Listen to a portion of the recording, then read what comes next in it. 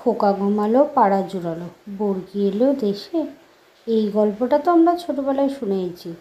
ঘুম পাড়ানোর জন্য এই গল্পটা বাড়িয়েই ঘুম পাড়ানো হতো।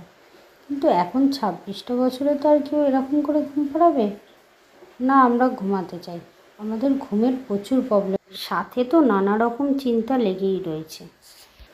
আজকের যে ঘুমের ওষুধটা নিয়ে এসেছি সেটা ঘরে বানিয়ে খেলে সত্যি বলছি একটা সুন্দর ঘুম আসবে।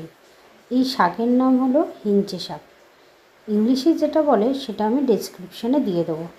এই শাকটা ভালো করে কেটে নিয়ে তার সাথে কিছুটা রসুন কুচি এবং শুকনো লঙ্কা ফোড়ন দিয়ে তেলে, তারপরে শাক দিয়ে অল্প পরিমাণে নুন, তার সাথে অল্প পরিমাণে হলুদ দিয়ে একটু ভাজা ভাজা হয়ে গেলেই 5 মিনিট ঢাকা দিয়ে রাখলেই ব্যাস রেডি হয়ে যাবে ঘুম পাড়ানোর ওষুধ।